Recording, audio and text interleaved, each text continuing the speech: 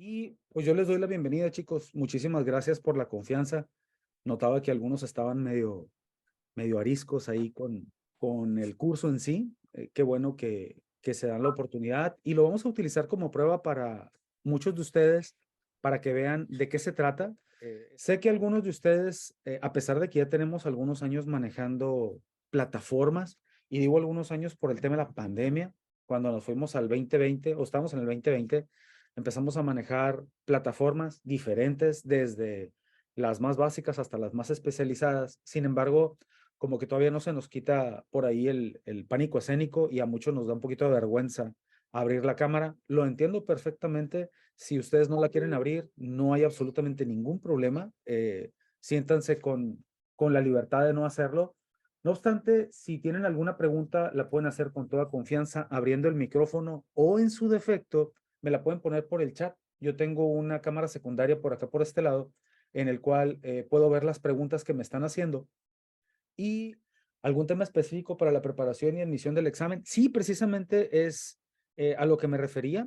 Les voy a compartir la pantalla para ponernos un poquito de acuerdo. Este es el temario del examen con los diferentes puntos. Vienen algunas áreas relacionadas con ingeniería, que son de las que más nos interesan a nosotros. El temario está compuesto por 5 áreas, si no estoy equivocado. Y dentro de las áreas, pues vienen lo que ustedes están viendo aquí, por ejemplo, comprensión lectora. Aquí yo no me meto. En comprensión lectora, esta parte la traes o no la traes o la has desarrollado con el paso del tiempo y sería, yo creo que hasta irresponsable ponerme a impartir sesiones de estos temas, puesto que yo no los imparto regularmente. Hay algunas cosas, se puede decir, la amplia mayoría las entiendo, pero como para explicarlas, no, ahí no le entramos, ¿no? A lo que sí le entramos es a esto, a la parte de los números. Esto que viene aquí son los diferentes temarios que componen las áreas de ingeniería. Yo decidí empezar por física porque puede ser una de las que más conflicto cause y al mismo tiempo porque para ver física requiero ciertos conocimientos teóricos que son relativamente sencillos de impartir y también lo vamos a hacer a modalidad de recordatorio. En la parte de abajo, si pueden ver, viene un apartado que se llama físico-química. Es importante, si ya revisaron el temario, se den cuenta que hay algunos temas que aparecen repetidos. ¿Ya lo vieron? Por ejemplo, en el tema de unidades y magnitudes. Ese tema, al momento que nos vamos a química, que está por acá, pues también lo vamos a ver. Tabla periódica, por ejemplo, se ve en físico-química. Acá está, mira. Tabla periódica y acá en química aparece tabla periódica. Es decir, son muchos temas repetidos. Hay algunos donde aparecen, por ejemplo, propiedades físicas y químicas de los metales y muchas de ellas las vamos a ver aquí.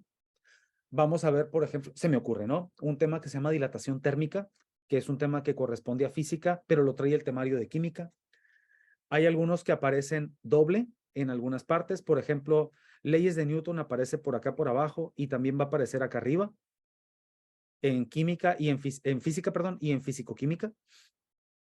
La parte que me llama mucho más la atención es el área de matemáticas. Y el área de matemáticas me llama la atención porque, pues porque básicamente es toda la prepa.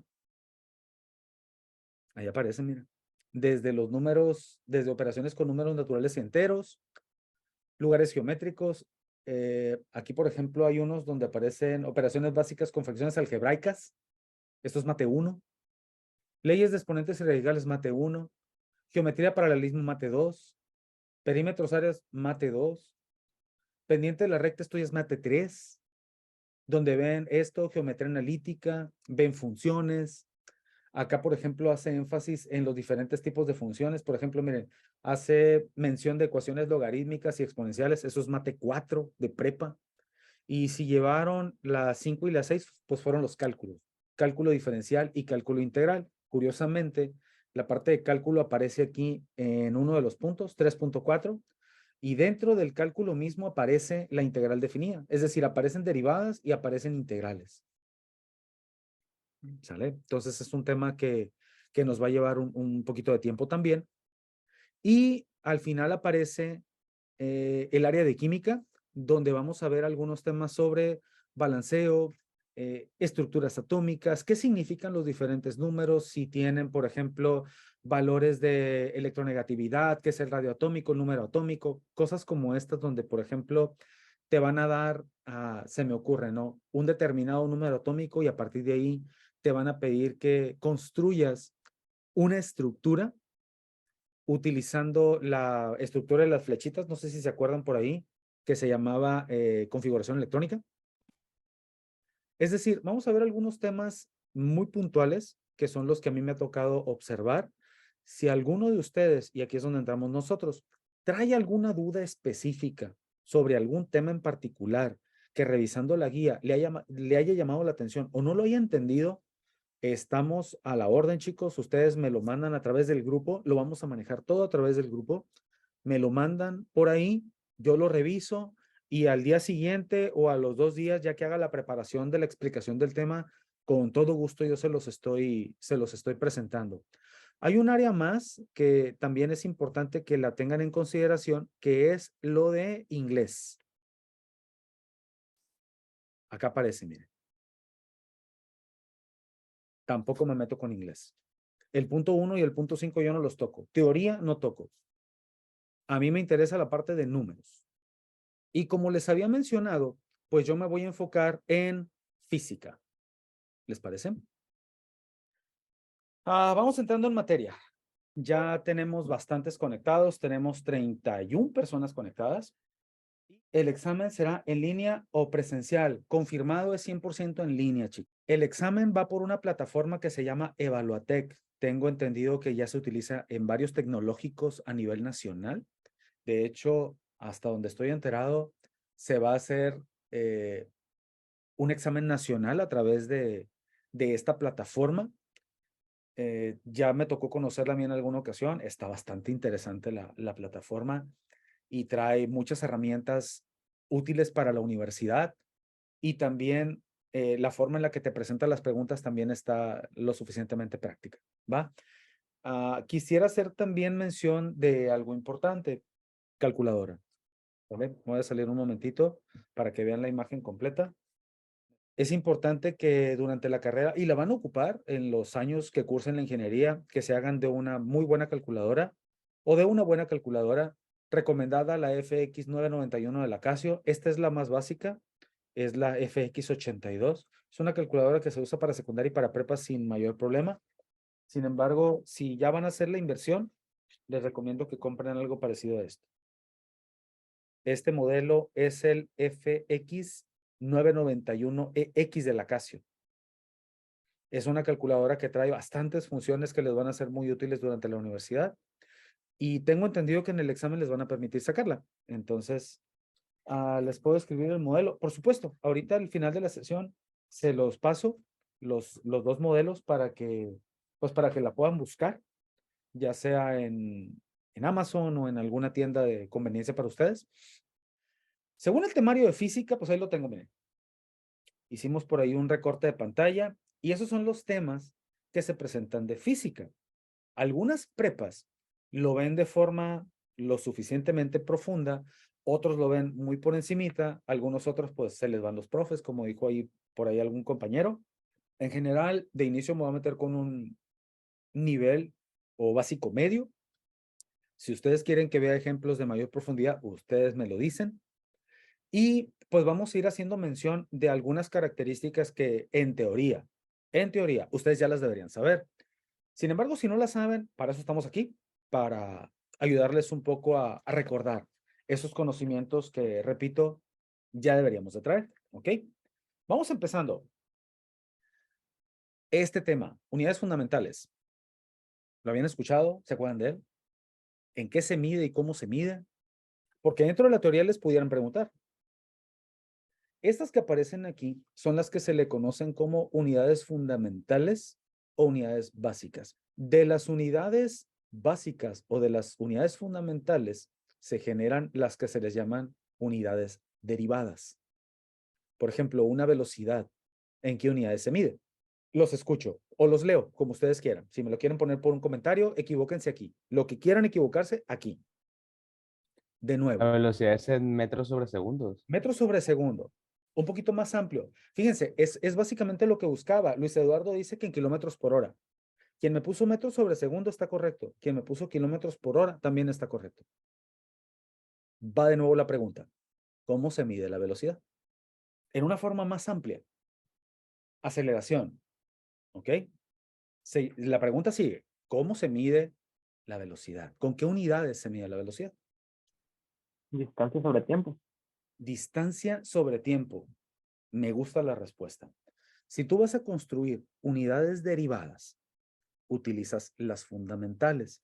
Ahorita, exacto, tiempo sobre distancia, al revés.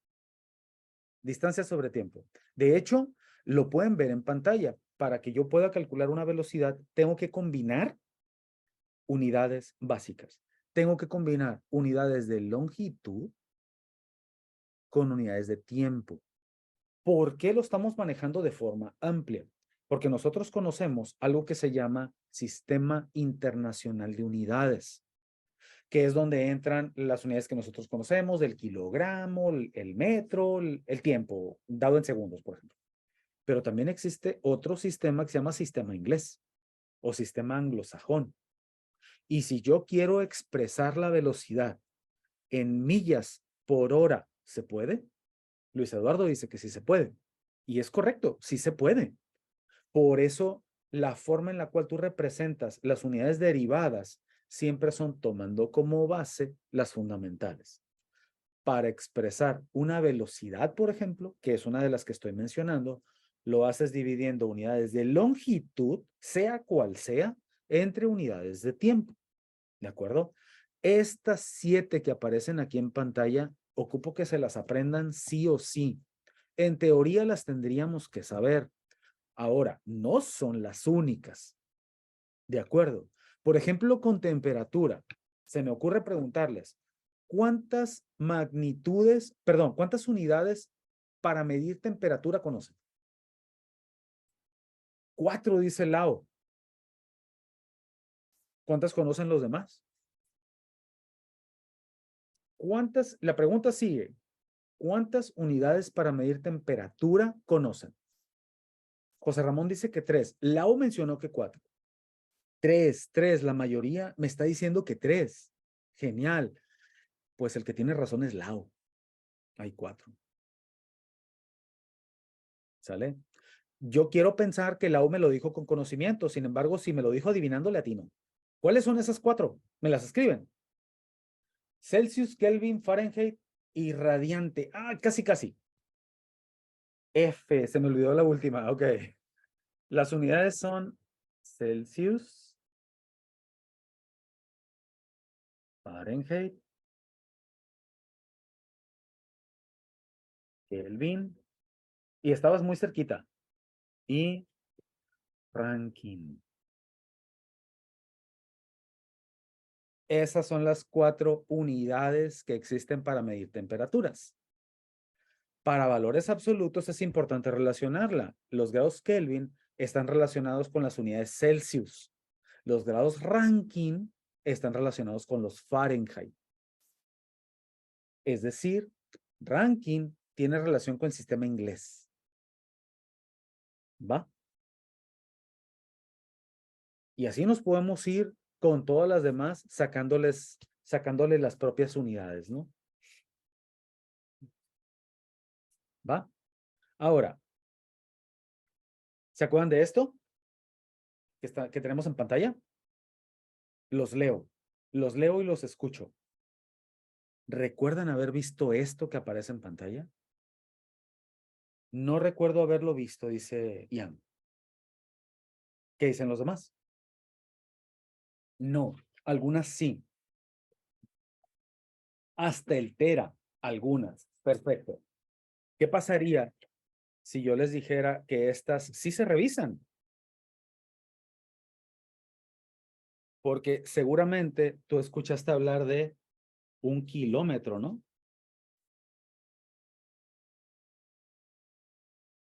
¿Y qué es 1 kilómetro? 1000 metros. 1000 metros. 1000 metros. Interesante porque en el prefijo de los kilómetros o en el prefijo kilo, pues podemos ver, ¿dónde estamos? Aquí. Podemos ver el prefijo kilo, mira. Aquí aparece. Y acá también. El prefijo kilo significa 1000 veces más la unidad fundamental. Estamos acostumbrados a verlo así, pero también lo puedo ver como kilogramo y poco usual verlo como kilo segundo. Pero al mismo tiempo, pues lo puedo ver como kilo amper o como kilo candela o como kilomol sin ningún problema. El prefijo kilo se utiliza para denotar 1000 veces algo, 1000 veces más grande. Ahora, ¿cuáles son los que yo conozco? Mega, ¿lo conozco el mega? Sí, lo conozco. Mega significa 1.000.000 de veces más grande algo. El prefijo giga. ¿Lo ubican? El prefijo giga. Creo que Más no. de alguno lo identifica. Dicen que no. Ok, ¿cuántos gigas tiene tu teléfono? Sí, pero solo en la media de almacenamiento de un dispositivo electrónico. Genial. Independientemente de lo que lo utilices, ahí, por ejemplo, estamos hablando de qué unidades.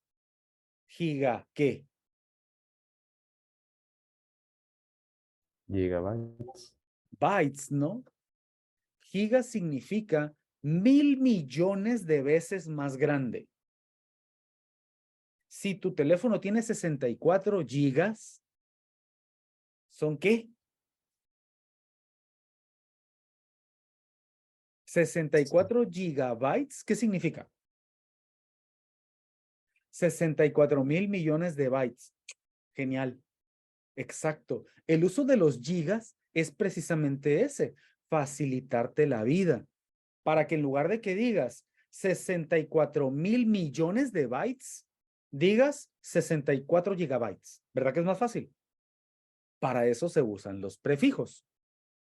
Y ellos están acompañados de una base, miren. ¿Ya se fijaron?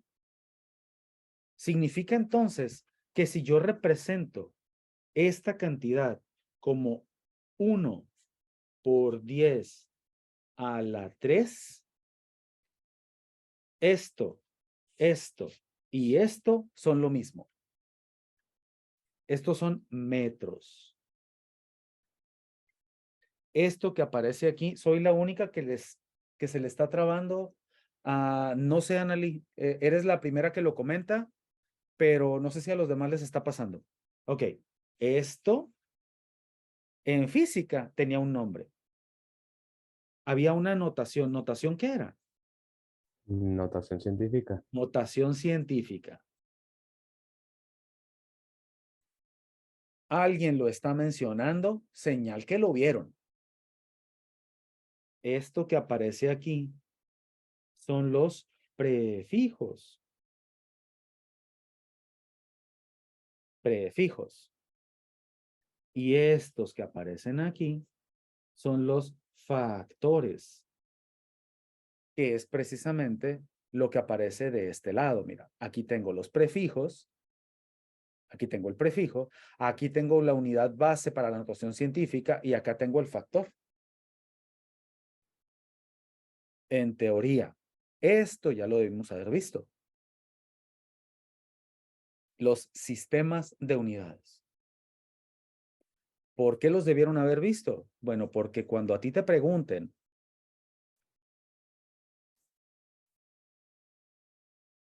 espérame, cuando a ti te pregunten por conversiones, sistemas de unidades, aquí aparece, mira, sistemas de unidades y conversiones, pues vas a requerir conocer esto. conocerlo y recordar. ¿De acuerdo? Yo les voy a pasar esta información, ustedes la revisan, porque a partir de aquí, pues vienen los ejercicios. A mí me van a pedir que haga conversiones. Esto de entrada es de lo más básico que se maneja en física, cuando ya te metes a conversiones. Y estas conversiones pueden ocurrir dentro de un mismo sistema de unidades o entre sistemas de unidades. Porque en un ejercicio yo te pudiera preguntar, por ejemplo, se me ocurre,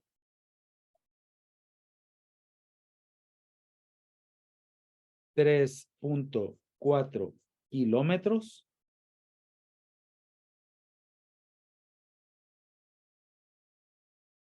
¿a cuántos metros equivale? 3.400. 3.400. ¿Cómo lo hiciste, Julio? Ian, Pues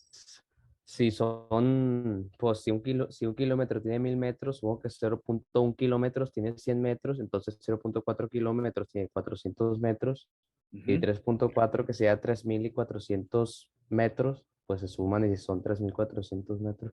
perfecto, ahí está el razonamiento de Julio. ¿Qué dicen los demás? Por acá Ian me dijo que sí, que eran 3.400. Bien, igual, así lo razonaron todos. Alguien lo razonó de manera distinta.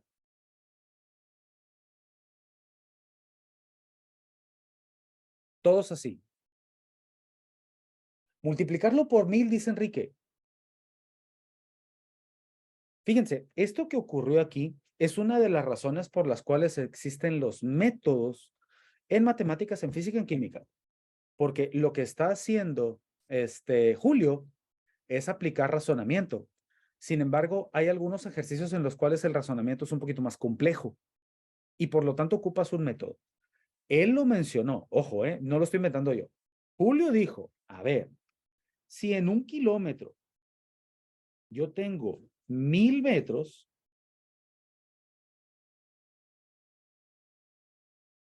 en 3.4 kilómetros, ¿cuántos metros voy a tener? Sí, ¿verdad? Eso fue lo que mencionó Julio. ¿Y esto tiene algún nombre? Regla de 4. La regla de 4, ¿alguien la conoce? Luis dice regla de 3. Ian dice que voy a hacer 3 por 1.000 entre 1. Ajá. Es la regla de 3. Exacto. Ojo, lo van a poder observar y escuchar en la grabación. Esto que acabo de escribir fue lo que Julio mencionó. Y la regla de 3 funciona de forma muy sencilla. Multiplico en diagonal y divido entre la otra cantidad. Y si yo hago 3.4 por 1.000, pues van a ser 3.400. Eso dividido entre 1 sigue siendo 3.400. Ahora, más de alguno, y es también perfectamente válido, lo pudo haber razonado de la siguiente manera. 3.4 por 1.000. Me voy a ir entonces a la base para la notación científica. Y en la base para la notación científica dice que los kilos tienen 10 elevado a la 3. Los metros tienen 10 elevado a la 0. ¿Cuántas cantidades tengo aquí? ¿O cuántos brincos tengo de unidades? Tengo 1, 2, 3 para atrás. ¿Sale? Voy a hacer la cantidad más grande, porque al irme para atrás, esta unidad es más pequeña, por lo tanto el número se va a hacer más grande. En términos prácticos, ¿a qué me estoy refiriendo? A que si yo voy a convertir de una cantidad más grande a una cantidad más pequeña, observo cuántos elementos de exponente hay de diferencia. Aquí hay 1, 2, 3. De 3 a 0 hay 3 lugares de diferencia. ¿Qué voy a hacer entonces? Voy a hacer 1, 2, 3 lugares del punto. Y 3.4 kilómetros equivalen a 3.400 metros. La forma que tú propongas es la misma. Con las tres llegamos al mismo resultado. Si te funciona el razonamiento que mencionó Julio, perfecto. Si te funciona la regla de tres, perfecto. Si tú aplicaste esto, también perfecto. Con los tres llego al mismo lugar. ¿Dudas?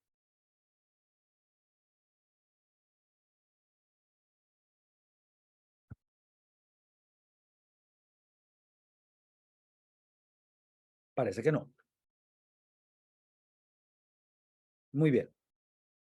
Ahora, esto lo puedo hacer, este ejercicio lo puedo hacer convirtiendo entre unidades del mismo sistema. ¿Qué pasa aquí? Es el mismo ejercicio.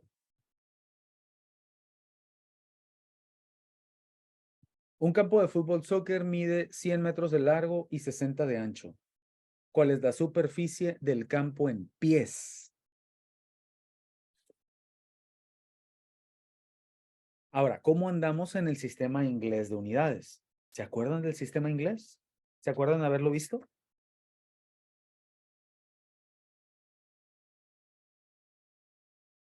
Sí me acuerdo, pero la verdad no me acuerdo de las millas y de los pies, la medida. Eso, mero. Pero sí se acuerdan que lo vieron, ¿verdad? En alguna parte. Sí. Esta pregunta, así como aparece, a mí me tocó verla en un examen del Ceneval, cuando era el Ceneval. Y es una pregunta relativamente fácil. Sin embargo, nos enfrentamos al hecho de que en el Ceneval bueno, tenías un formulario y ahora no lo vas a tener. Es importante que tú lo construyas. Ahora, me interesa, por ejemplo, saber la equivalencia entre unidades para este problema.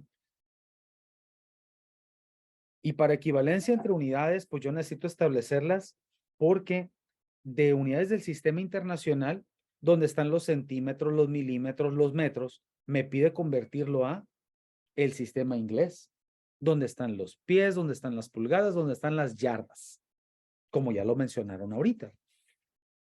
La relación de equivalencia que existe entre ambas, ¿cómo se establece? Bueno, establezco una relación relativamente sencilla que es una pulgada es equivalente a 2.54 centímetros.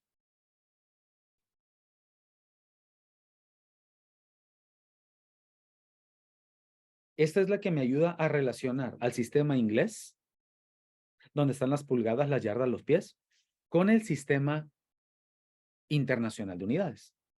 Sistema inglés con sistema internacional. Ahora, ¿se acuerdan de las equivalencias? Por ejemplo, sé que una pulgada mide 2.54 centímetros. Está genial. Y de aquí puedo construir todas las demás. Pero, por ejemplo, entre las unidades del sistema inglés, ¿recuerdan cómo era? Esto rápidamente lo pueden consultar en alguna página de internet, desde las verificadas hasta las no verificadas. Ahí podemos saber, por ejemplo, que un pie equivale a 12 pulgadas. Y, por ejemplo, sé que una yarda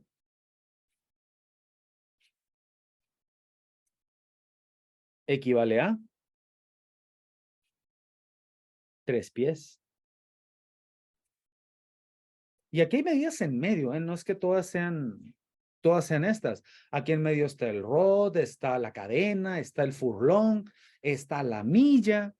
Con las que se establecen mayores relaciones son con estas tres, con el pie, la yarda y la milla. Son las más conocidas. Con una milla serían 1,760 yardas. Con estas batallamos un poquito porque estamos poco familiarizados con ellas. Y estas son para longitud. Y también tenemos las de masa. En las de masa, las que nosotros ubicamos con más frecuencia son las onzas y las libras. Pero existen los grains, los dracmas, las onzas, las libras. Y todas ellas guardan equivalencias. Tal vez la más conocida para nosotros sea esta, donde una libra equivale a 16 onzas.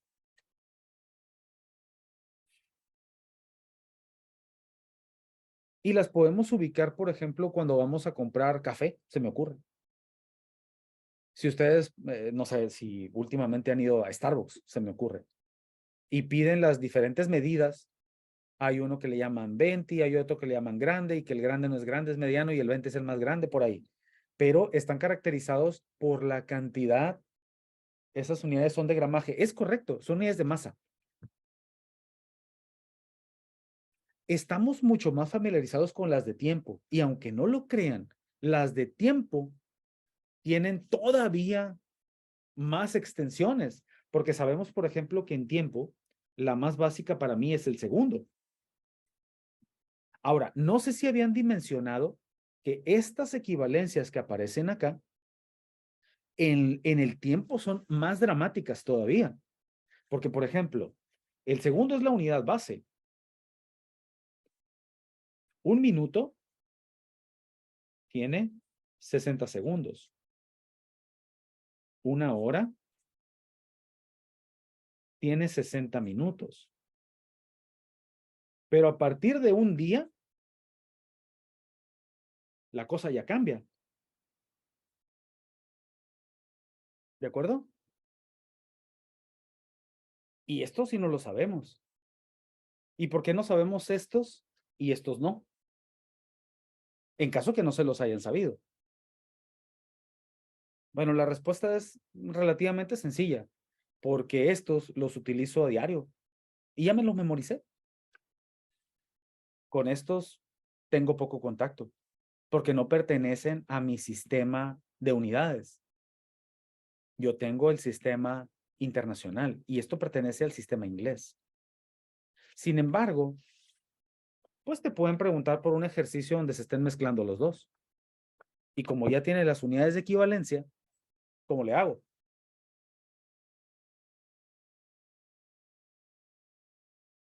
Podríamos sacar primero el área del campo en metros y ya teniendo el área en metros, la pasamos a, pues, a centímetros y luego lo dividimos entre el número de la pulgada, que es 2.54 centímetros.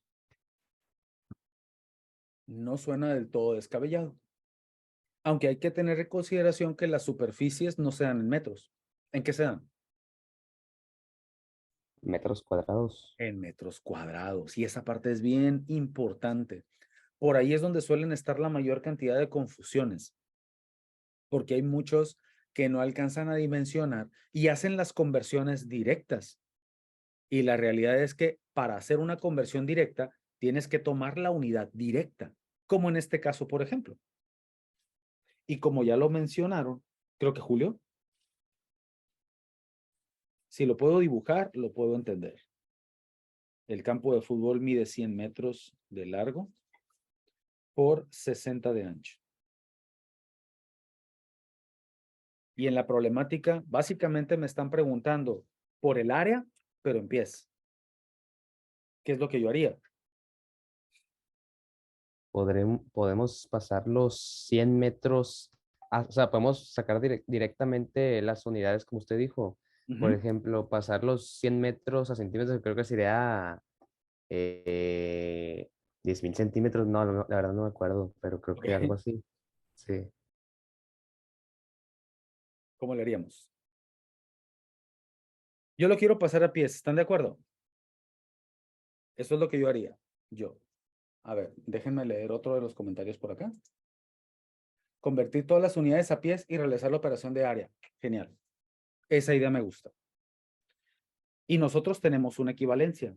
Sabemos que una pulgada son 2.54 centímetros. ¿Cuánto mide un pie? 12 pulgadas. Si yo multiplico esto por 12, es un pie. ¿Están de acuerdo? Y voy a obtener la medida en centímetros.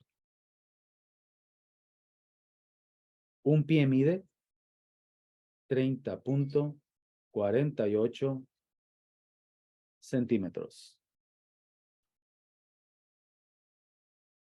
Esto, ¿cuánto es en metros?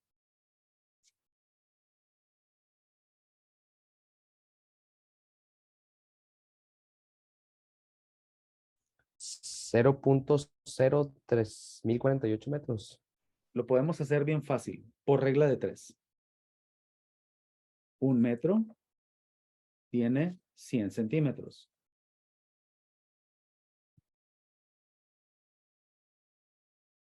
¿Cuántos metros son?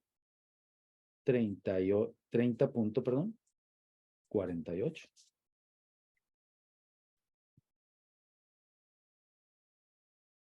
¿Están de acuerdo? Un metro son 100 centímetros. ¿Cuántos metros son? 30.48 centímetros. Regla de 3. 1 por 30.48 entre 100. Se van a dar cuenta que si yo, por ejemplo, quiero convertir centímetros a metros, pues es tan sencillo como recorrer el punto 2 lugares a la izquierda.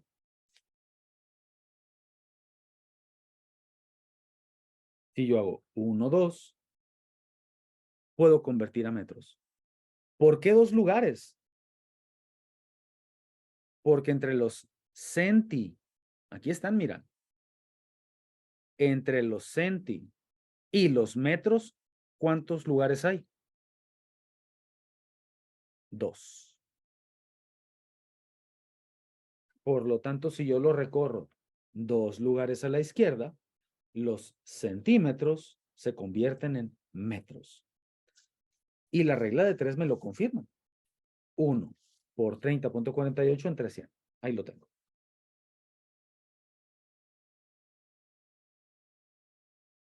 ¿De acuerdo?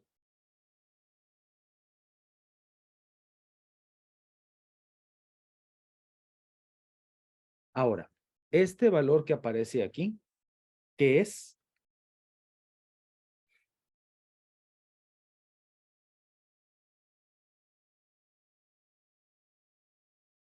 Ese La valor que equivalencia en aparece metros. ahí es lo que mide un pie en metros, que es lo que yo necesito. ¿Sí, no? Ya sé cuánto mide un pie en metros.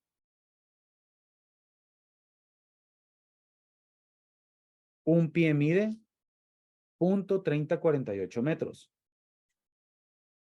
¿Cuántos pies? Son 100 metros. ¿No? Regla de 3. La intención que yo tengo de mostrárselos así es que todas las conversiones del mundo mundial se pueden resolver con una regla de 3. ¿Qué es lo que tienes que tener en las reglas de 3 para poderlas aplicar? Bien fácil. La unidad que quiero con la unidad que tengo. ¿Qué unidades tengo? Metros. ¿Qué unidades quiero? Pies. Tengo metros, quiero pies. La regla de 3 se tiene que establecer de esa forma. Las unidades que tengo entre las unidades que quiero.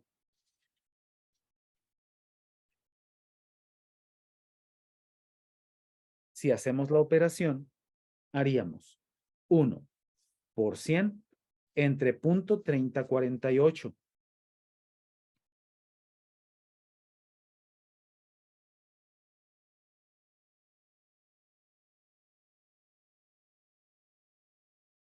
$100 en pies, ¿a cuánto equivale?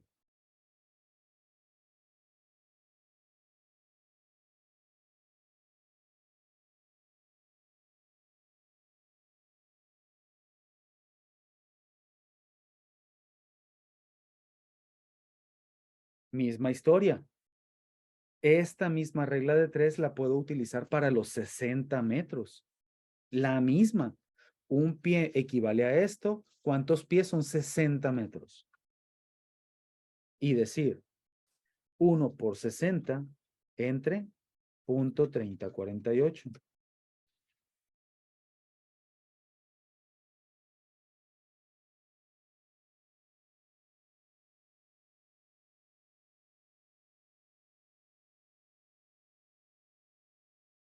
Ahí lo tengo. Esto mide de largo en pies. Esto mide de ancho en pies. ¿Cuál es la superficie del campo en pies?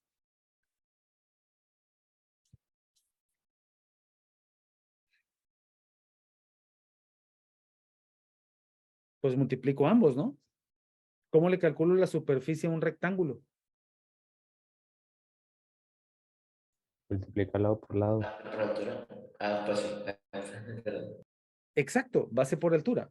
Hago 328.08 por 196.85. La superficie del campo de fútbol en pies es igual a 64.582.55 aproximadamente pies cuadrados. ¿Están de acuerdo?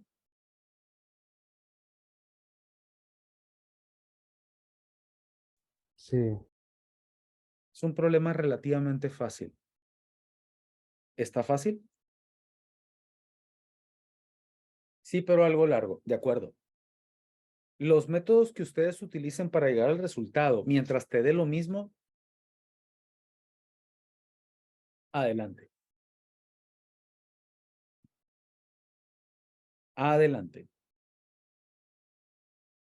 Ahora, su compañero hacía una mención de que yo podía haber calculado, por ejemplo, el área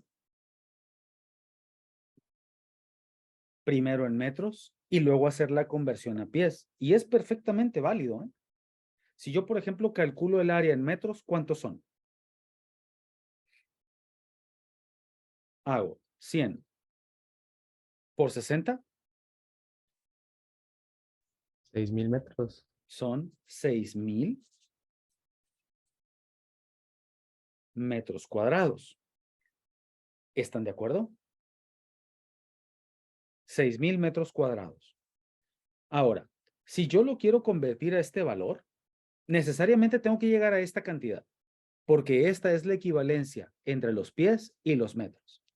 Ahora, para poder hacer el cálculo, ¿qué hago? Hago el cálculo. 60 por 100 es el área en metros cuadrados. ¿Están de acuerdo? Ahora, tengo que hacer la conversión a pies.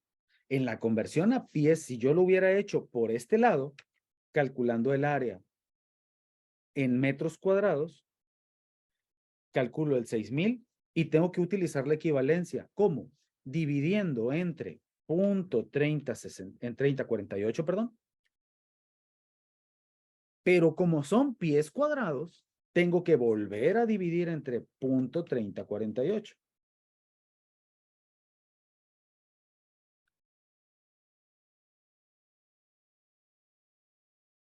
Y me da un valor aproximadamente igual.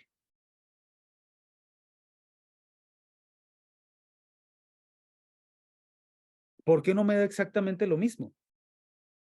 Porque no usamos todos los puntos decimales en la. Es correcto. No usamos todos los decimales. Ese es el valor con todos los decimales. Si yo hubiese usado todos los decimales, hubiera sido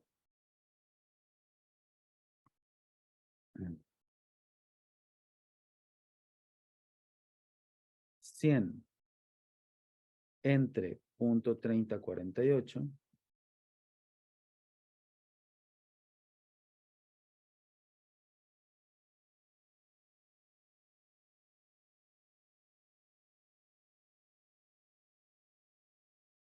60 entre 0.3048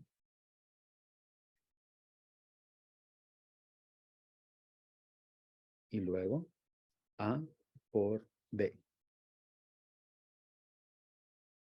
Y ahí está. Utilizando todos los decimales.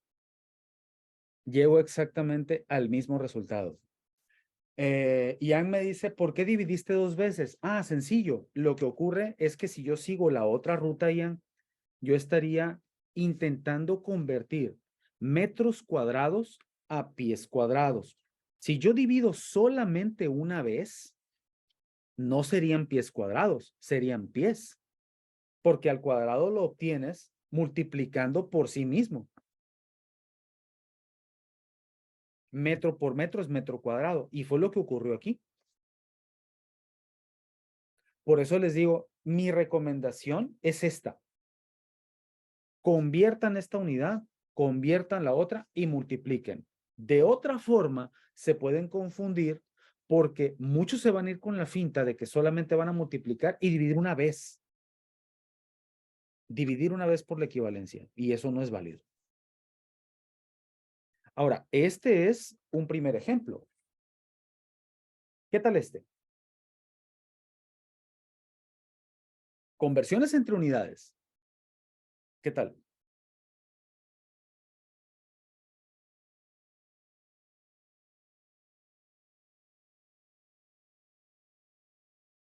Dentro de los datos, me dice que un galón estadounidense tiene un volumen equivalente de 231 pulgadas cúbicas. Es decir, un galón equivale a 231 pulgadas cúbicas. ¿Cuántos galones se necesitan para rellenar un depósito que mide 18 pulgadas de largo, 16 de ancho y 12 de alto? Vamos dibujándolo. Ahí está el depósito.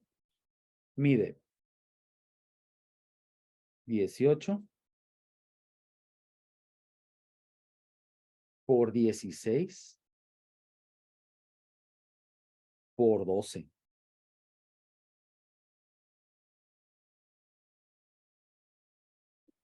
En términos prácticos, imaginen que este es el depósito. ¿Qué me está preguntando? ¿Con cuántos galones lleno esto? Así de sencillo. Un galón en pulgadas cúbicas mide 231 pulgadas cúbicas. Primera pregunta. ¿Cómo le calculo el volumen a este depósito cuadrangular? Es lado por lado por lado. Nosotros lo generalizamos de esa forma. Es importante mencionar que los cuerpos geométricos como este no tienen lados, tienen caras, tienen aristas. ¿Sale? Pero se entiende el punto. Aquí haríamos largo por ancho por fondo. 18 por 16 por 12. ¿Cuánto nos da? Me lo pueden escribir si quieren. Iván nos dice que le da 3,456. ¿Qué son? Julio también. Lao también. ¿Qué son? Chivos, perros, gatos. ¿Qué son? Los escucho, los leo. Pulgadas cúbicas, dice Iván. Ian dice pulgadas, Lao pulgadas cúbicas. Correcto, son pulgadas cúbicas porque estoy haciendo pulgada por pulgada por pulgada. Por lo tanto, son pulgadas cúbicas. ¿Qué significa esto? Que el volumen de este depósito mide 3,456 pulgadas cúbicas. Aquí el detalle es el siguiente. La pregunta es, ¿cuántos galones? Es decir, el volumen me lo está pidiendo en galones, no en pulgadas cúbicas. ¿Cómo lo hago? Regla de tres. Dividimos. Te escucho, venga. Ah, pues dividimos lo que nos salió del volumen de la figura entre lo que la capacidad de un galón y nos daría lo que salen los galones. Excelente. Intentando probar el punto que ahorita les decía. Un galón equivale en pulgadas cúbicas a 231. Si un galón son 231 pulgadas cúbicas, ¿cuántos galones serán? 3,456 pulgadas cúbicas. ¿Cómo lo resuelvo? Regla de 3. Tengo 3,456 por 1, pues es eso mismo, dividido entre 231, ¿qué voy a obtener? El número de galones con los cuales lleno este depósito. Este depósito se llena con 14,96 galones.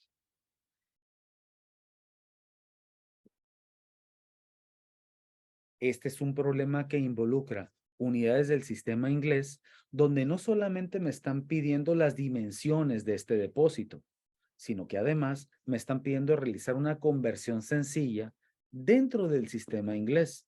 ¿Por qué dentro? Porque los galones son sistema inglés y las pulgadas cúbicas también. Hasta aquí. Los leo, los escucho. ¿Dudas? Y estamos haciendo combinación de temas porque resulta que en el temario te preguntaba por cálculo de perímetros y áreas de figuras planas, perímetro, área, volumen. Pues aquí lo estamos repasando ya, mire. Es como modo Rapsodia. Si yo quiero calcular el volumen de un prisma del tipo que sea, pues tengo que irme a la forma básica. En un prisma cuadrangular de este tipo, sería un prisma rectangular.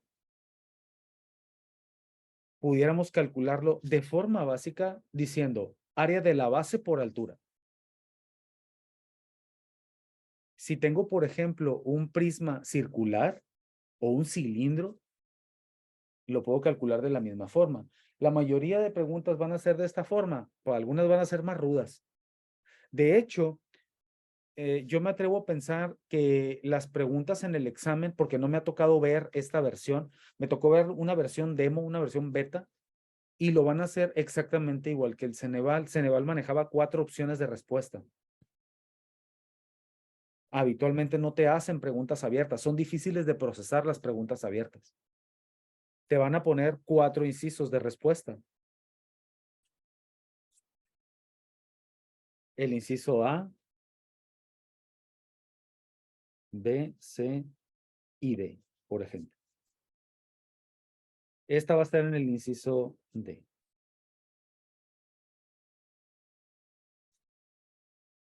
Y, por ejemplo, la del inciso A pudiera ser, tengo 256, 3,456.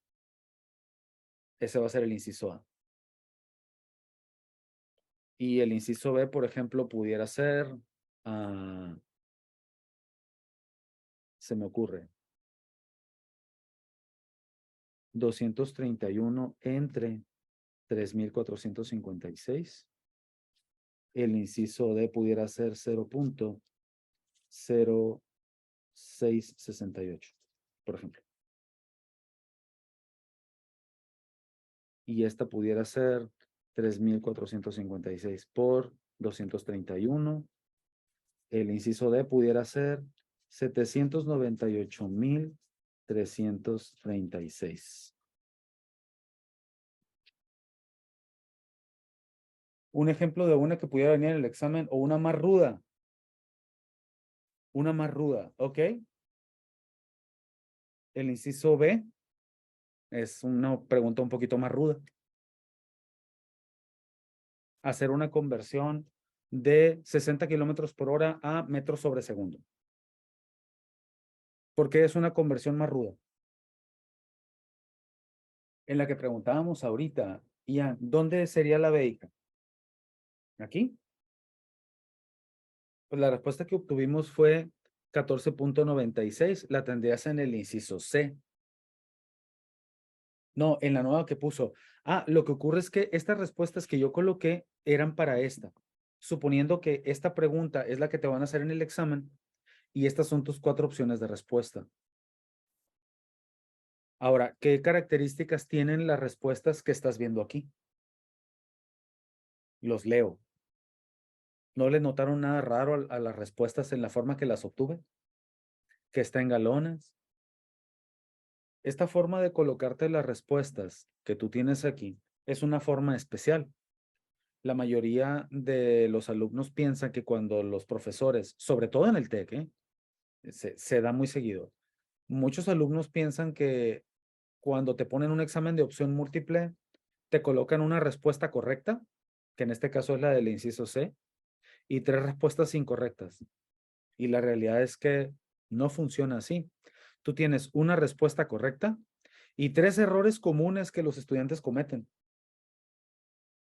Porque 798,336 se obtiene multiplicando estos dos. Si tú multiplicas 3,456 por 231, te da esta opción. Y si tú no conoces el procedimiento y te pones a hacerlo al ahí se va, vas a obtener una respuesta. Si tú, por ejemplo, en el procedimiento haces 16 por 18 por 12, por poner un caso, te da un volumen. 3,456 es un volumen. La pregunta es, ¿en qué unidades está dado ese volumen? En pulgadas cúbicas. Y es una respuesta matemáticamente válida siempre y cuando te preguntaran el volumen en pulgadas cúbicas. Pero no te lo preguntaron en eso. Te lo preguntaron en otra unidad. Y si tú no leíste, vas a contestar el inciso A. No sé si me voy a entender lo que les intento plantear. Esto en el examen de admisión viene cantidad de reactivos así.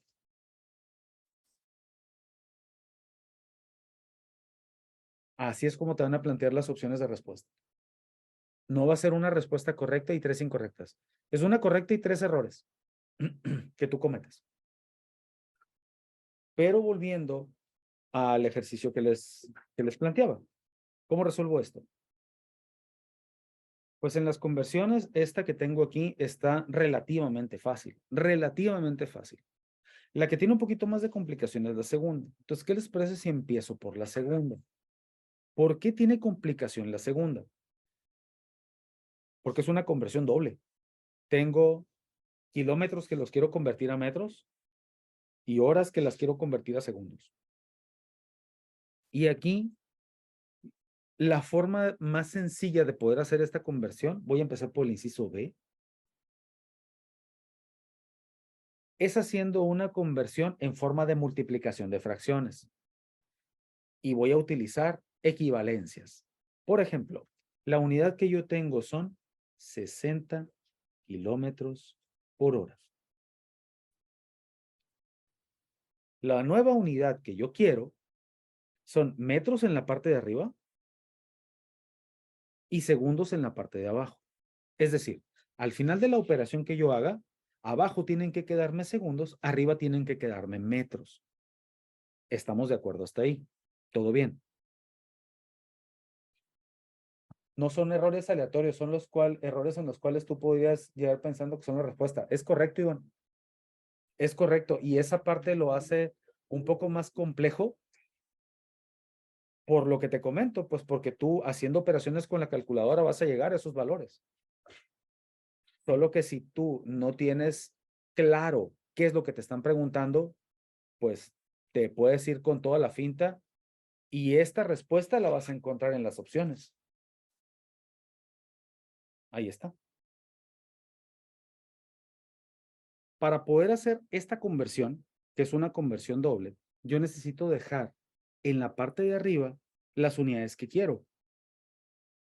Metros por segundo me obliga a dejar metros arriba y segundos abajo. Ahora, ¿qué es lo que yo voy a hacer? Una forma práctica de poder hacer este tipo de conversiones es a través de una multiplicación con fracciones. ¿De acuerdo? A ver, los leo por acá. Tratemos de solucionarlo. Dicen, me parece genial. Lo lograron. ¿Alguien sabe de estos temas? Son temas de física. La verdad no tengo conocimientos básicos. Se me olvidaron lo que vi. De hecho, para eso es el curso, ¿eh? Es para intentar ponernos al corriente lo más rápido posible. ¿Va? Ok. Esta, repito, es una conversión doble. Ahora, yo necesito hacer una multiplicación de fracciones. ¿Qué fracciones voy a colocar aquí? Bien sencillo. Una de las fracciones que yo voy a colocar es una fracción de longitud. ¿Por qué de longitud? Porque los kilómetros son una unidad de longitud. La otra fracción que yo voy a colocar es una fracción para tiempo. ¿Qué es lo que voy a meter a esas fracciones? Primera pregunta, no sé si lo recuerden. ¿Cómo se multiplican las fracciones? Los leo y los escucho. Lo peor que puede pasar aquí es que se equivoquen. Y aquí no hay ningún problema. De nuevo la pregunta. ¿Cómo se multiplican las fracciones? Bueno, para los que no se No, acuerdan. no Mande. era no era en forma de X para la parte de arriba y luego el de abajo se multiplica por el de abajo. ¿Ok? ¿Qué dicen los demás?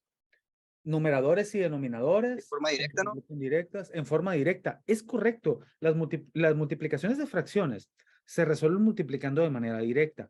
¿Qué significa de manera directa? Numerador por numerador y denominador por denominador. Lo de arriba por lo de arriba, lo de abajo por lo de abajo. Ahora, dentro de estas fracciones que yo voy a colocar las equivalencias entre las unidades que tengo y las unidades que quiero. Voy a empezar por las de longitud. Tengo kilómetros. ¿Qué quiero? Metros. Quiero metros. Aquí están, mira. Y como los metros los quiero arriba, pues voy a colocar la equivalencia en metros. Ahora, entre los kilómetros y los metros, ¿cómo se relacionan? Un kilómetro, ¿cuántos metros tiene?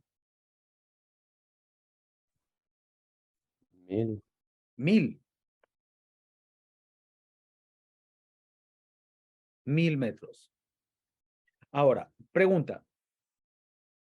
¿Cuánto es el resultado de dividir 1000 metros entre un kilómetro? 1000 metros. La pregunta es para todos. Bien facilito.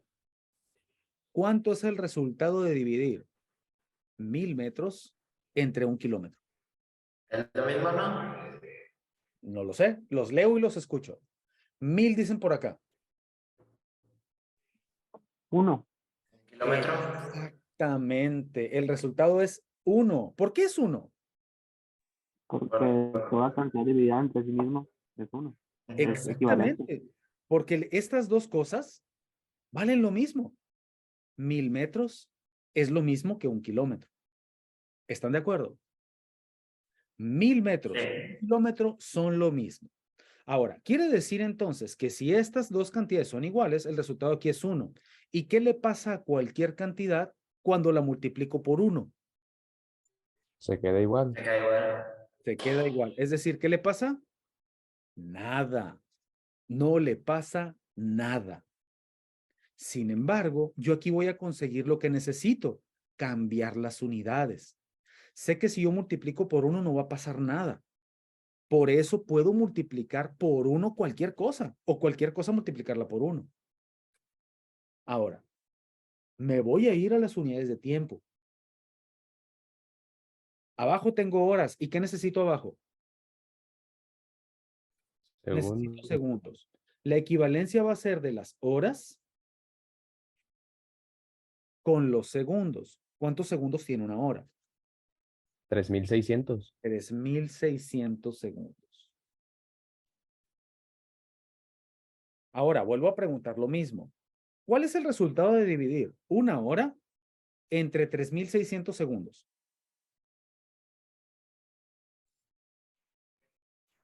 Uno. Uno. Es correcto, el resultado es 1. Significa entonces que lo que yo voy a hacer es lo siguiente. Voy a multiplicar 60 kilómetros por hora por 1 por 1. ¿Qué va a pasar?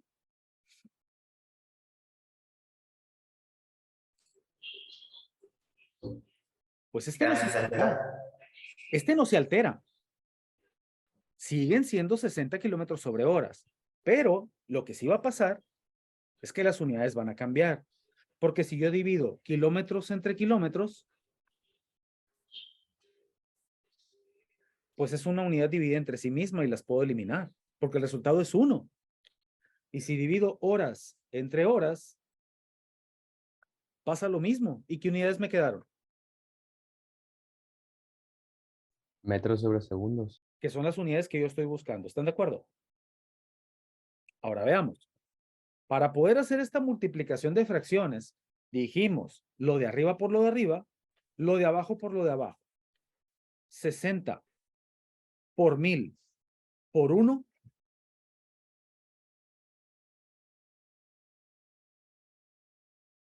son 60,000.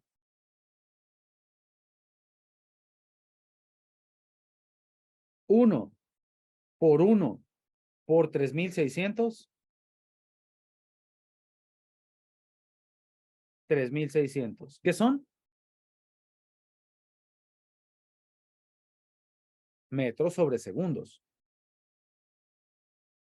Ahora, dividimos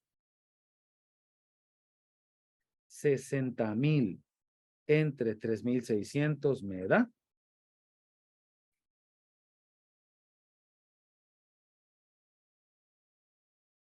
16.66 metros sobre segundo.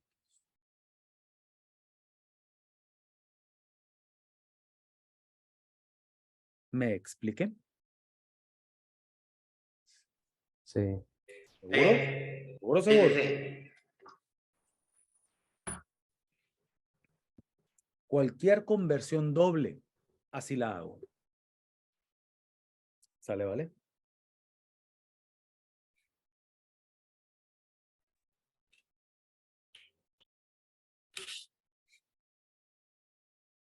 Los escucho, los leo. No sé si tengan alguna duda con relación a esto. Creo que no. Creo que no. Muy bien. Profe, ¿y Mande. cómo sería para millas a horas? ¿Cómo sería para millas por hora? Déjame hacerlo en otra hoja. Si yo quiero convertir de kilómetros por hora a millas por hora, es una conversión mucho más sencilla que esta. 60 kilómetros por hora convertido a millas por hora. ¿De acuerdo? Si yo lo resuelvo de la misma manera, lo que puedo hacer es encontrar equivalencias. ¿De acuerdo? Encontrar equivalencias. ¿Cómo le hago para encontrar equivalencias? Esto fue lo que resolvimos ahorita, ¿cierto? ¿Cómo le hago para utilizar esto? Aquí.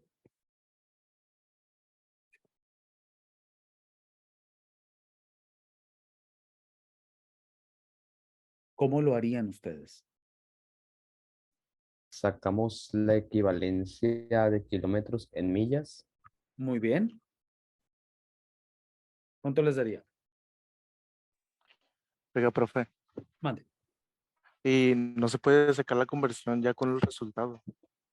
Sacar la conversión con el resultado, con las opciones de respuesta que te den. No, me refiero en el anterior, cuando lo resolvió eran, ¿cuánto eran? 6,000, ¿qué? Hay 60,000 metros. No se puede convertir eso ya directamente y ya sacar de ahí el resultado. Lo que ocurre es lo siguiente. Es mucho más sencillo que lo hagas de forma directa, porque entonces aquí estarías involucrando a los metros que no los necesitas, puesto que te pide convertir de kilómetros a millas. Lo que tú necesitas es una equivalencia entre los kilómetros y las millas. Yo te la puedo dar si tú quieres, pero la idea es que ustedes la sepan sacar en caso que no tengan la herramienta. O lo que pudieran hacer también es tener una tabla de equivalencias. Por ejemplo, establecer que una milla es igual a 1.609 kilómetros.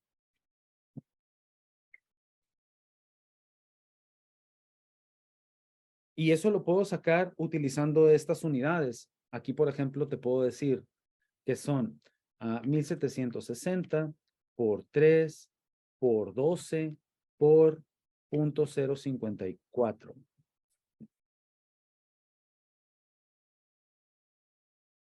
Esto está dado en metros. Si esto yo lo divido entre 1000, pues me da el dato que te acabo de poner. Pero puedo llegar con estas equivalencias.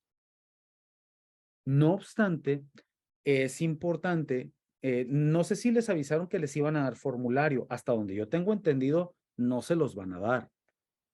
Yo lo que haría sería tener estas unidades de equivalencia como referencia para en un momento dado No, que te pidan un cálculo. no nos van a dar formulario, pero sí podemos tener uno. Si no te lo prohibieron, está permitido. Esa es mi manera de razonarlo. Ok. Y aquí, en esta equivalencia que tienes, pues, ¿cómo la utilizarías? Arriba necesito millas. ¿Qué hago? Coloco la equivalencia. Una milla. Y abajo coloco su equivalencia en kilómetros. 1.609 kilómetros.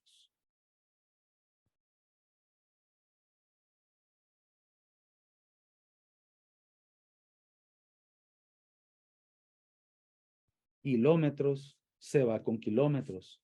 Me quedan millas por hora. Y en el valor tengo 60 por 1 y 1 por 1.609. En otras palabras, lo que tú tienes sería 60 entre 0.609. La velocidad en millas por hora serían 37.28 millas por hora.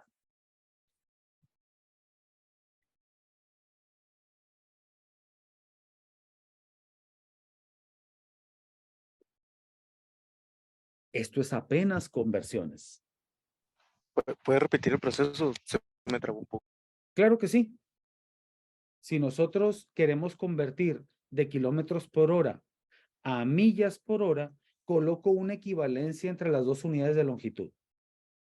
Quiero millas, tengo kilómetros. Si coloco la equivalencia con los kilómetros abajo, divido kilómetro entre kilómetro, es 1. Una cantidad entre sí misma es 1 y las puedo eliminar. Y en el procedimiento te quedaría 60 por 1 y 1 por 1.609. Técnicamente sería lo que te mencionaba hace un momento. 60 entre 1.609. A mí me está dando un valor numérico un poquito diferente aquí porque utilicé toda la cadena de decimales. Pero técnicamente esta es la forma de calcularlo.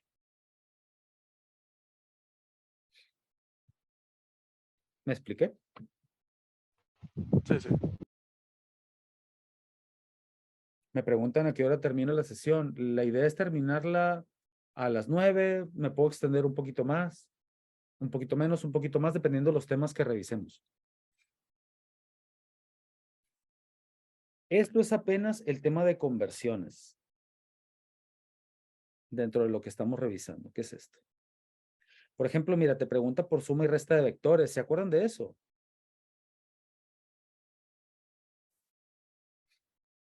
De suma y resta de vectores. En suma y resta de vectores se pueden encontrar problemas parecidos a este. Un avión sale del aeropuerto y se dirige primero al este, 1200 kilómetros, y después al norte, 900 kilómetros. ¿Cuál es su posición de aterrizaje? ¿O cuál es la posición de aterrizaje del avión con respecto a su salida? ¿Cómo resuelves eso? Pues bueno, dice que se dirige primero al este, o sea, hacia la derecha 1200 kilómetros, ¿no? Entonces ¿Cierto? dibujaría una línea que marcando hacia dónde se dirigió, hacia la derecha. Dibujemos la línea.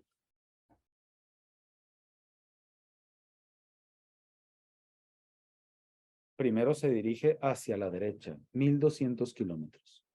Vamos a ponerle escala de 200 en 200.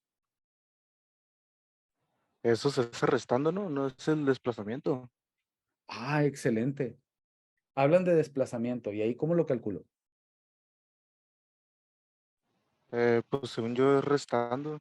Ok, Si avanza 1200 y luego 900, pues se dibuja una línea en diagonal y se restan los números y te da lo que realmente se desplazó. Bueno, ok. sí, se desplazó el punto, ¿no? Hablan sobre desplazamiento. Mira, terminemos con el gráfico. Son 1200 hacia el este, o sea, hacia la derecha, y 900 hacia el norte. En escala de 200 en 200, pues sería hasta aquí. ¿Cuál es su posición de aterrizaje? Porque aterrizó aquí con respecto a su salida. Y en efecto, te están preguntando por el desplazamiento. Ahora, técnicamente, ¿qué es el desplazamiento?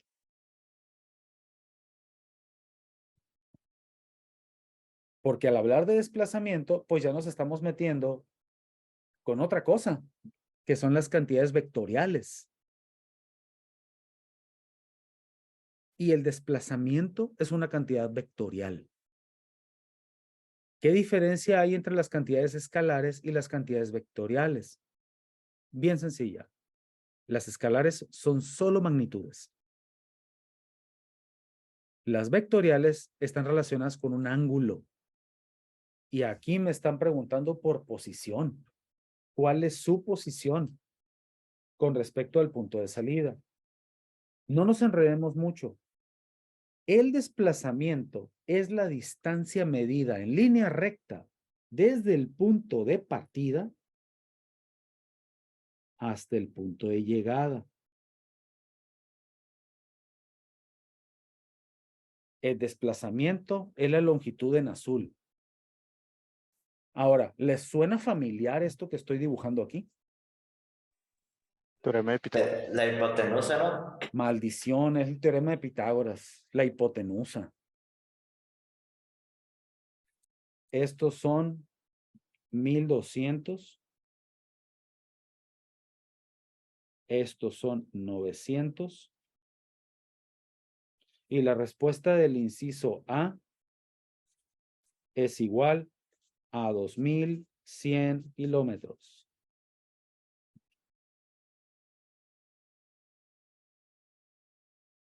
Eso va a decir el inciso A. Esa es la distancia, ¿no? Exactamente. Y Se el supone problema que es en este tipo de planteamientos está la distancia, el desplazamiento y el tiempo o velocidad.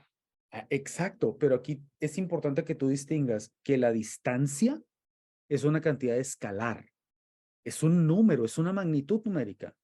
El desplazamiento es una cantidad vectorial. ¿Qué diferencia hay? Que el vector tiene magnitud y tiene dirección. Y en el problema te preguntaron por la posición. Posición de aterrizaje. Es decir, te piden el desplazamiento. Se usa el teorema de Pitágoras, dice por acá José Ramón. Es correcto, se usa el teorema de Pitágoras. ¿Y se acuerdan cómo era el teorema de Pitágoras? El cateto opuesto más el cateto adyacente al cuadrado es igual a la hipotenusa al cuadrado. Es parte también de lo que nosotros tenemos que tener cuidado en el manejo del álgebra. Por ejemplo, haciendo alusión a lo que tú me acabas de decir, ¿me lo repites? El cateto adyacente al cuadrado más el cateto opuesto al cuadrado. Esa es otra cosa.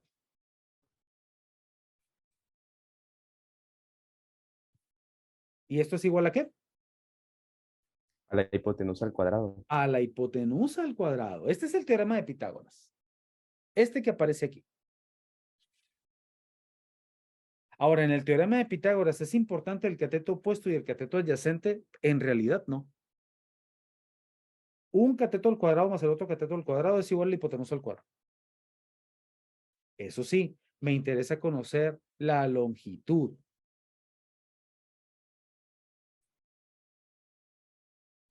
Es decir, la hipotenusa. La longitud de la hipotenusa. 900 al cuadrado más 1200 al cuadrado. ¿Importa si pongo este primero y este después? No. No, porque solo es una suma. Ajá. A veces los profes somos medio gachos con las preguntas. Aquí, por ejemplo, pudiéramos decir que el orden de los factores no altera el producto. En ese caso, sí. Seguros.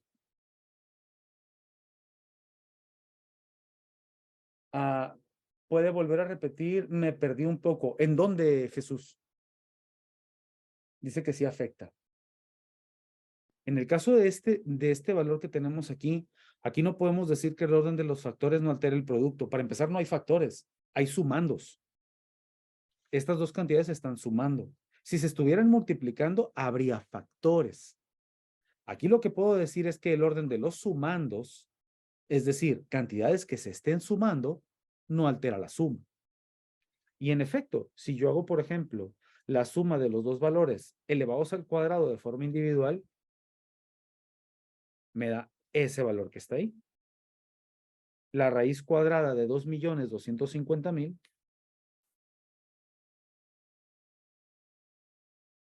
es igual a 1.500.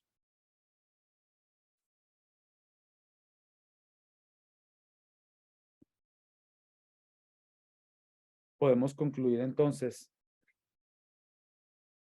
que la magnitud de la hipotenusa o la longitud de la hipotenusa son 1.500 kilómetros.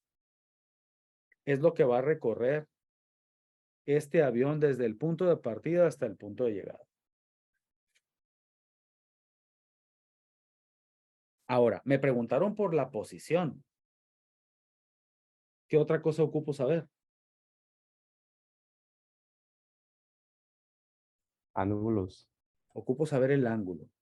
Y resulta que cuando se involucran a los ángulos, entonces ahí ya cobra importancia quién es el opuesto, quién es el adyacente.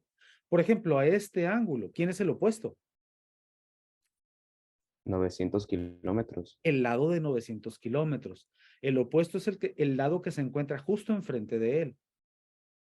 Cateto opuesto. ¿Este quién es? El adyacente. Cateto adyacente. ¿Por qué se llama cateto adyacente? Solo por curiosidad. Porque está pegado al ángulo. Exacto. La palabra adyacente significa por un lado de. Porque no te compliques. De hecho, se pudiera pensar, ¿para qué le ponen adyacente pudiéndole poner el lado que se encuentra por un ladito del ángulo de referencia? No es práctico. Exactamente. Es mucho más práctico llamarle cateto adyacente. Cateto adyacente significa el cateto que está por un lado del ángulo que tú señalaste como referencia. O sea, por un lado de este ángulo. Si yo hubiera señalado como referencia este ángulo, ¿quién sería su cateto adyacente? Este de aquí, el que está por un ladito. Ahora, ¿cómo le hago para calcular la amplitud de este ángulo? Me lo podrían Funciones preguntar. trigonométricas. Me lo podrían preguntar. Funciones trigonométricas, dice Juan Alberto. ¿Y ahí qué onda? ¿Cómo andamos en eso? Cateto opuesto entre adyacente. José Ramón dice cateto opuesto entre adyacente. Ok. Cateto opuesto entre cateto adyacente. ¿Y eso qué rollo? ¿Quién es?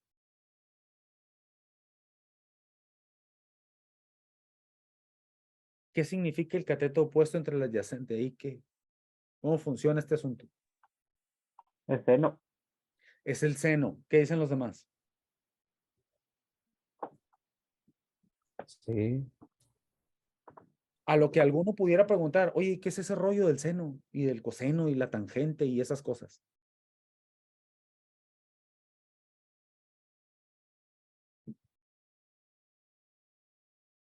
Les platico. Los triángulos rectángulos son las figuras más estudiadas en la geometría.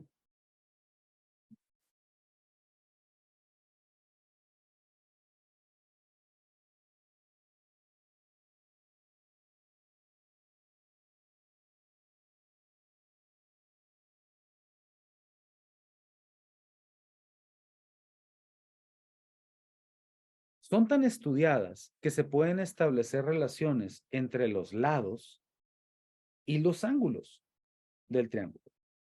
Este ángulo que está aquí, ¿cuánto mide? 90, ¿no? Mide 90. Este ángulo de 90 provoca que este triángulo se llame Triángulo rectángulo, ¿no? triángulo rectángulo. Se llama triángulo rectángulo porque tiene un ángulo recto. ¿De acuerdo? Y los triángulos rectángulos son a los únicos que se le pueden sacar relaciones entre lados. Cuando tú estabas en la prepa, a esas relaciones entre los lados, ¿cómo se les llamaba? Razones trigonométricas. Son las funciones trigonométricas, es correcto. Las funciones trigonométricas no son otra cosa más que relaciones entre los lados y los ángulos de un triángulo rectángulo. Si nosotros colocamos todas las relaciones que se pueden obtener, tendríamos que una relación sería cateto opuesto entre hipotenusa. Este entre este. Cateto adyacente entre hipotenusa. Este entre este. Cateto opuesto entre cateto adyacente. Este entre este. Cateto adyacente entre el cateto opuesto. Este entre este. La hipotenusa entre el cateto adyacente. Este entre este. Y la hipotenusa entre el cateto opuesto. Este entre este. Ahí están las 6 relaciones. ¿De acuerdo? Y todas involucran a los ángulos. Estas relaciones que están aquí tienen nombre. Las relaciones se llaman seno del ángulo, coseno del ángulo, tangente, cotangente, secante y cosecante. Es decir, yo tengo 6 relaciones diferentes que se pueden formar entre los lados y el ángulo de referencia. Ahora, volvamos al ejercicio que estábamos intentando resolver. Cateto opuesto entre cateto adyacente, ¿quién es? Ya encontré donde me confundí. Es la La tangente. Tangente. Es la tangente del ángulo. La tangente del ángulo es la división del cateto opuesto y el cateto adyacente. Significa entonces que la tangente del ángulo es igual a 900 entre 1200. Y 900 entre 1200, pues el 0 se va con el 0, 0 se va con 0, 9 entre 12 son 3/4. La tangente del ángulo son o es 0.75. o 3/4. Si ustedes lo dividen, 900 entre 1200, pues llegamos a lo mismo. Ahora, a mí me interesa saber el ángulo, no su tangente. El ángulo aquí está. ¿Cómo le hago para conocer su valor? Despejo. Lo despejo, genial. Entonces, ¿quién está afectando al ángulo? La La tangente. tangente. ¿Cómo la paso para acá? Dividiendo. Dividiendo. ¿Qué dicen los demás? El razonamiento tendría lógica si la tangente estuviera multiplicando al ángulo. No es multiplicar la tangente por 0.75. Multiplicar la tangente por 0.75. De nuevo, con lo que les comentaba. Eso lo podría hacer si la tangente estuviera multiplicando al ángulo. Pero no está pasando eso. ¿Qué está pasando? Es restando. Está Exacto. positiva. Aquí le estoy calculando la tangente al ángulo. La tangente no está multiplicando al ángulo. Le está calculando tangente. Quiere decir que si yo la paso del otro lado, la tengo que pasar con su operación opuesta. ¿Y cuál es la operación opuesta de la tangente? La cotangente. La operación opuesta de la tangente se llama tangente a la -1. O también se le llama arco tangente. Las funciones inversas de las trigonométricas se llaman arcos. Arco seno, arco coseno, arco tangente, arco cotangente, arco. La palabra arco la puedes poner previa. ¿Cómo la obtengo en la calculadora? Bien sencillo. Las funciones inversas aparecen detrás de la función original. Mi resultado fue 0.75. Si yo quiero calcular la tangente inversa, ¿qué voy a hacer? Le voy a decir shift tangente. Eso aparece en todas las calculadoras.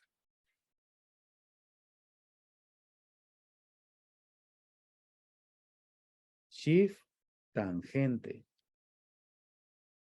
Tangente a la -1.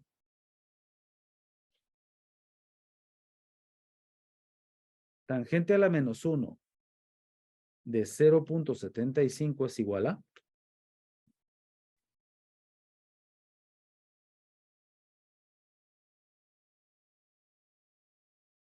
36.86. ¿Qué son?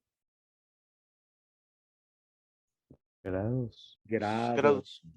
Correcto. Son grados. Es arco tangente y si van por acá es correcto. Fue el arco tangente. ¿Qué tal? ¿Qué les parece? Y ya nos Entonces siempre, Mándico. siempre que se pasa al otro lado es a la -1. O el arco, pues, de la función. Cuando hablas de una función trigonométrica, sí. ¿Qué pasa cuando no es una trigonométrica? ¿Qué pasa, por ejemplo, si yo tengo una expresión? Se me ocurre. Pues se hace lo contrario a lo que es. Si yo tengo, por ejemplo, una expresión que sea logaritmo natural de 2x. Y eso es igual, se me ocurre, a 1. Y yo necesito calcular el valor de x. La necesito despejar, ¿estás de acuerdo? Sí. Primero que ocupo hacer es esta, mandarla para acá. ¿Qué le está pasando al 2x aquí? Multiplicando. No está multiplicando. Le estoy calculando el logaritmo natural. ¿Recuerdan esta expresión de la prepa? El logaritmo natural es una operación matemática. Se ve en funciones. Pero mi punto es, si yo quiero despejar x, todo lo que le esté estorbando ocupo mandarlo para allá. Y el logaritmo natural no está multiplicando al 2x. Le está calculando logaritmo natural. La pregunta es, ¿cuál es la función inversa de un logaritmo natural?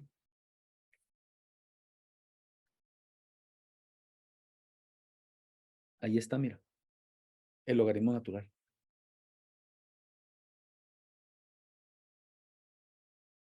¿Cuál es su función inversa? Exponencial. La base e o el exponencial. Significa entonces que si yo quiero despejar, ¿qué voy a hacer? Base e, el logaritmo con la base e, adiós. Son operaciones contrarias. Y el despeje te quedaría 2x igual a e a la 1. Esto que te estoy presentando aquí todavía no lo hemos visto. De hecho, se supone que es un tema que se revisa en preparatoria, pero vamos a asumir que no lo hemos visto. ¿Ok? ¿Por qué estoy mencionando esto? Porque es algo similar a lo que acabamos de mencionar ahorita con las funciones trigonométricas. El seno no está multiplicando al ángulo. Le está calculando seno. Le está calculando coseno. Tangente, cotangente, secante y cosecante. No los están multiplicando. Por lo tanto, cuando tú despejes, en este caso la variable que sería el ángulo, tienes que enviar la función que lo está afectando hacia el otro lado con su función contraria. De las trigonométricas son los arcos. De la suma, la resta, la multiplicación, la división. De la raíz, el exponente. De las trigonométricas son los arcos. De los logaritmos, logaritmo.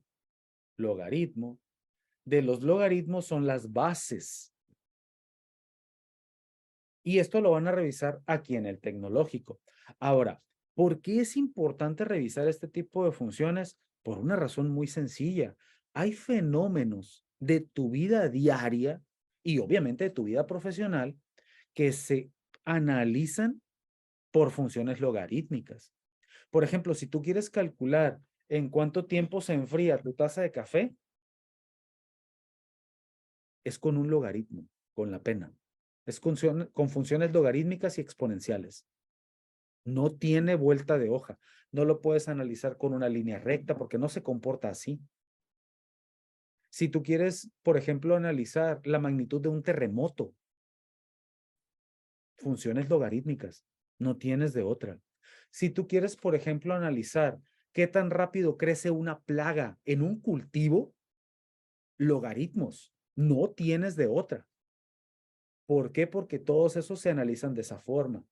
Si tú quieres calcular, por ejemplo, qué tan rápido se metaboliza un medicamento en tu estómago, logaritmos con la pena. Es decir, hay fenómenos de tu vida diaria y de tu vida profesional que sí o sí los tienes que analizar de esa forma. Hay algunos, por ejemplo, me atrevo a pensar, ¿no?, que van a ingeniería bioquímica. En bioquímica vas a conocer, por ejemplo, qué tan rápido se propaga una bacteria. Y necesitas saber funciones logarítmicas. ¿Por qué? Porque el crecimiento bacteriano se analiza con logaritmos. No sé si me di a entender. Sí.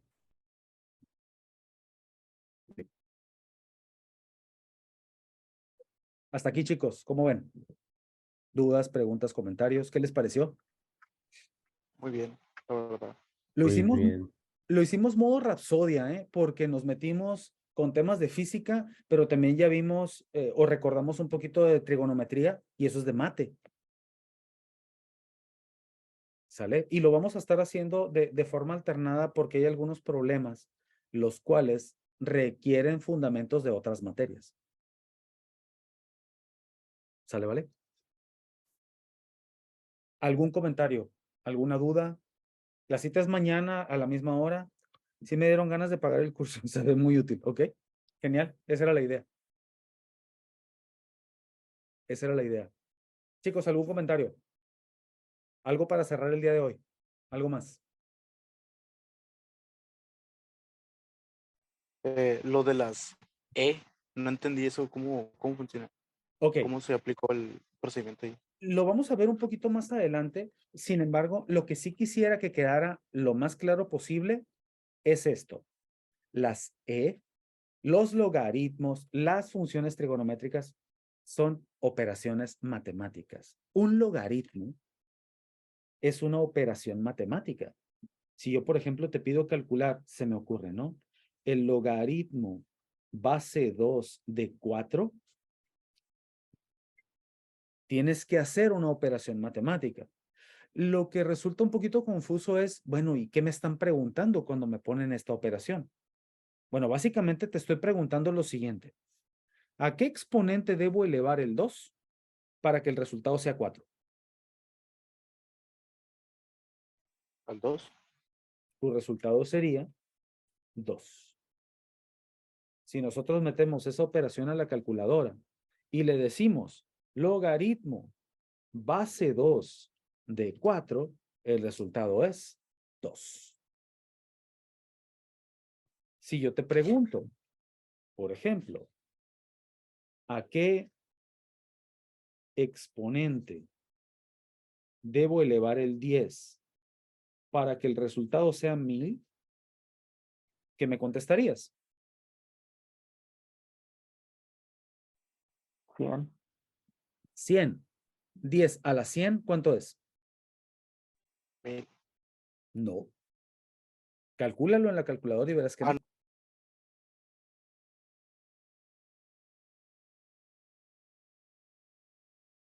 La pregunta sigue. ¿A qué exponente debo elevar el 10 para que el resultado sea 1000?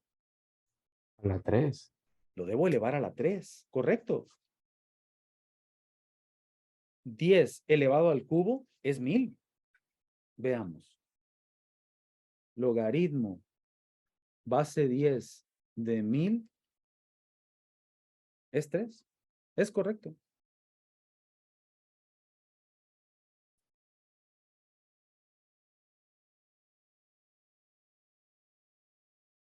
La operación logaritmo es una operación que te permite encontrar el exponente al cual debes elevar una base, la base que sea, para obtener un argumento. Este elemento se llama argumento. Los logaritmos como operación están compuestos por 3 elementos: una base numérica, un exponente y un argumento. Y los logaritmos representan una operación matemática que consiste en buscar un exponente al cual debo elevar una base para obtener un resultado. Genial. Juan Alberto dice que Ya quedó. entendí. Ya entendí. Para eso se usan los logaritmos. Y es una operación muy recurrente que van a ver en la universidad, el trabajo con los logaritmos. Los veo, Dios primero, chicos, el día de mañana. Nos vemos misma hora, mismo canal. Hoy estuvimos un poquito acarreados ahí por algunas cosas del trabajo, por eso me conecté un poquito tarde. Sin embargo, el compromiso es empezar 7:05 más tardar. Quienes no lleguen a esa hora, no se preocupen, yo les voy a continuar dando entrada al curso. Y para que vean lo que revisamos al principio, pues nada más les toca checar la grabación. ¿Les parece?